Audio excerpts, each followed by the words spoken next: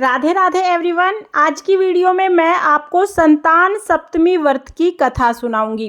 संतान सप्तमी व्रत का पूजन कैसे करते हैं इसका वीडियो मैंने पहले चैनल पर अपलोड कर दिया है। पूरी पूजा विधि मैंने करके दिखाई है, तो पूजा विधि आप वहां से देख लेना। अभी मैं आपको सिर्फ व्रत कथा सुना देती हूँ। तो चलिए व्रत कथा शुरू करते हैं। खाली हाथ कथा नहीं सुनते हैं, अपने हाथ में फूल या चावल लेकर हम कथा सुनेंगे। तो चलिए कथा शुरू करते हैं। बहुत समय पहले की बात है। एक नगर में राजा नकुश अपनी रानी चंद्रमुखी के साथ रहते थे। चंद्रमुखी बहुत ही रूपवती और गुणवान महिला थी, लेकिन चंद्रमुखी की कोई संतान न होने के कारण राजा और रानी दोनों बहुत ज्यादा दुखी थे। उसी नगर में एक ब्राह्मण विष्णुदत्त अपनी पत्नी भद्रमुखी के साथ रहता था। भद्रमुखी और रानी चंद्रमुखी दोनों आपस में सहेली थी। दोनों पूरा दिन साथ साथ रहती थी। एक दिन रानी चंद्रमुखी अपनी सहेली भद्रमुखी के साथ सरयू नदी के तट पर गई। नदी के तट पर जाकर देखा कि कुछ महिलाएं भगवान शिव शंकर और माता पार्वती की मूर्तियां बनाकर पूजा कर रही हैं। रानी ने उन महिलाओं से पूछा कि वो क्या पूजा कर रही हैं और इस पूजा के करने से क्या लाभ होता है। तब उन महिलाओं ने बताया कि हम भगवान शिव शंकर माता पार्वती का पूजन कर रहे हैं, इसे संतान प्राप्त होती है। ये संतान सप्तमी का व्रत है। उन महिलाओं ने संतान सप्तमी के व्रत की पूरी विधि बताई। रानी चंद्रमुखी और उनकी सहेली भद्रमुखी ने वहीं पर संकल्प लिया कि अब वो भी संतान सप्तमी का विधि पूर्वक व्रत करा करेंगी। संकल्प लेने के बाद दोनों अपने घर चली गई।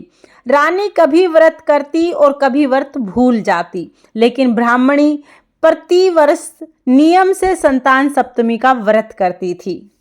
कुछ समय के बाद दोनों की मृत्यु हो गई। अगले जन्म में रानी ने बंदरिया के रूप में जन्म लिया और ब्राह्मणी मुर्गी बनी। मुर्गी के रूप में जन्म लेने के बाद भी ब्राह्मणी को संतान सप्तमी के व्रत याद थे।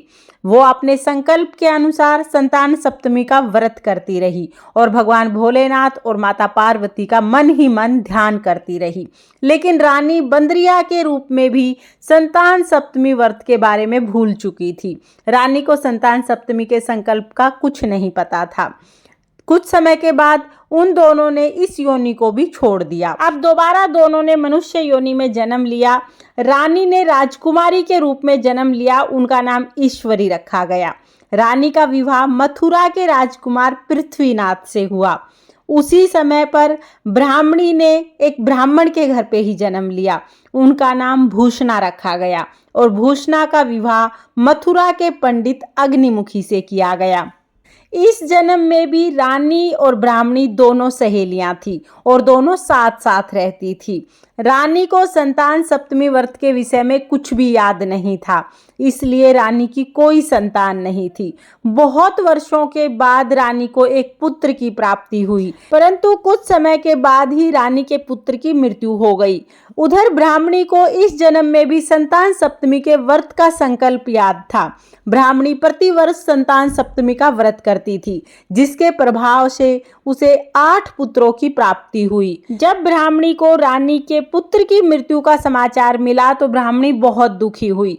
अपने 8 पुत्रों को लेकर रानी को सांत्वना देने महल पहुंच गई।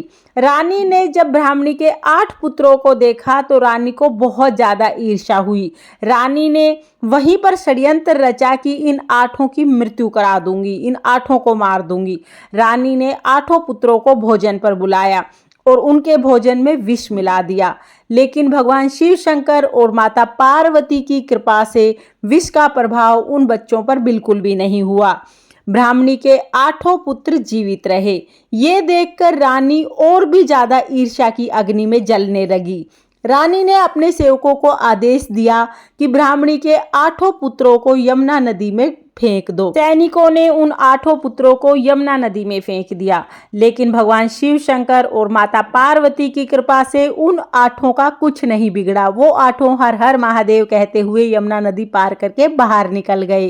रानी ने ब्राह्मणी के 8 बेटों को मारने के लिए और भी बहुत तरह के षड्यंत्र रचे, लेकिन उन 8 का बाल भी बांका नहीं हुआ।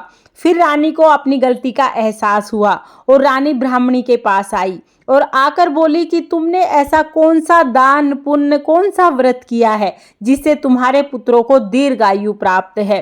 तब ब्राह्मणी ने बताया कि मैं संतान सप्तमी का व्रत करती हूँ। भगवान भोले शंकर और माता पार्वती की कृपा से ही मुझे पुत्रों की प्राप्ति हुई है और मेरे पुत्रों को दीर्घ आयु का वरदान मिला है। तब ब्राह्मणी ने पिछले जन्म में लिए हुए संतान सप्तमी व्रत के संकल्प के बारे में रानी को बताया।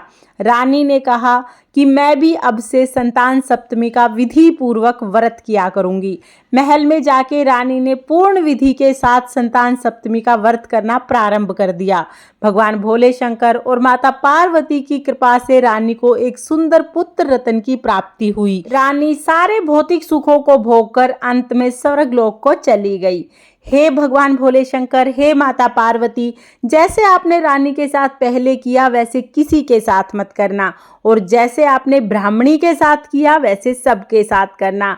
इस कहानी को कहते सुनते हुकारा भरते सब पर अपनी कृपा दृष्टि बनाए रखना, सबको संतान देना और सबकी संतान दीर्घायु करना। ये थी संतान सप्तमी की व्रत कथा। संतान सप्तमी की व्रत कथा सुनने के बाद हम एक गणेश जी की कथा जरूर सुनेंगे। तो चलिए गणेश जी की कथा शुरू करते हैं। एक बार एक गांव में एक बुढ़िया रहती थी। बुढ़िया रोजाना गणेश जी का पूजन करती थी। रोजाना मिट्टी के गणेश जी बनाती, रोजाना गल जाते। बुढ़िया के घर के सामने ही एक सेठ की हवेली बन रही थी। बुढ़िया ने जाके कारीगर से कहा कि कारीगर भाई, मेरे लिए एक पत्थर के गणेश जी बना दो। कारीगर बोले, मैया जब तक हम आपके लिए गणेश जी बनाएंगे तब तक तो हमारी दीवार बन जाएगी, हमारे पास समय नहीं है, आप किसी और से बनवा लें। बुढ़िया को बहुत ज्यादा दुख हुआ। मन ही मन बुढ़िया ने कहा, भगवान करे तुम्हारी दीवार टेढ़ी हो जाए। अब गणेश जी तो उनकी बात सुन ही रहे थे। जैसे ही कारीगर दीवार बनाए, दीवार टेढ़ी हो जाए। उस दीवार को फिर से गिरा के दोबारा दीवार बनाए, दोबारा फिर टेढ़ी बन जाए। इसी तरह से सुबह से शाम तक दीवार बनाते और गिराते चले गए। सेठ जी शाम को घर आए। सेठ जी ने पूछा, आज कोई काम नहीं हुआ है? तो कारीगर बोले कि सेठ जी काम तो बहुत कर रहे हैं, लेकिन जैसे ही दीवार बनाते हैं दीवार टेढ़ी हो जाती है, फिर दीवार को गिरा के दोबारा बनाते हैं, दोबारा टेढ़ी हो जाती है। कारीगर ने बुढ़िया के आने की सारी बात सेठ जी को बताई। सेठ जी ने कहा कि तुम मुझे बुढ़िया के पास ले चलो। कारीगर सेठ जी को बुढ़िया के पास ले गए। सेठ जी ने बुढ़िया के पास जाके कहा, हे बूढ़ी माई, हम आपके पत्थर के नहीं सोने के गणेश जी बनवा देंगे, आप हमारी दीवार सीधी करा दो। अब गणेश जी तो सारी बात सुन ही रहे थे। जैसे ही सेठ जी ने ये बात कही, उनकी दीवार सीधी हो गई। सेठ जी ने भी बुढ़िया के लिए सोने के गणेश जी घड़वा के दिए। हे गणेश जी महाराज, जैसे आपने सेठ जी की दीवार सीधी करी, वैसे ही इस कहानी को कहते सुनते हुकारा भरते सबके सब काम सीधे करना और जैसे आपने बुढ़िया की मनोकामना पूरी की, वैसे ही सबकी सारी मनोकामनाएं पूरी करना। ये थी गणेश जी की कथा। इस तरह से संतान सप्तमी की व्रत कथा पूर्ण होती है। कथा सुनने के बाद जो हाथ में फूल और चावल लिए हैं वो गणेश जी को और माता पार्वती को समर्पित कर देंगे। फ्रेंड्स, आपको संतान सप्तमी की ये व्रत कथा कैसी लगी कमेंट करके जरूर बताना। और अगर ये वीडियो आपको पसंद आई हो, वीडियो आपके लिए थोड़ी बहुत भी यूजफुल हो, तो प्लीज़ वीडियो को लाइक कर देना। और हम महिलाएं घर में तीज त्योहार कैसे करते हैं ये देखने के लिए मेरे चैनल को सब्सक्राइब कर लेना।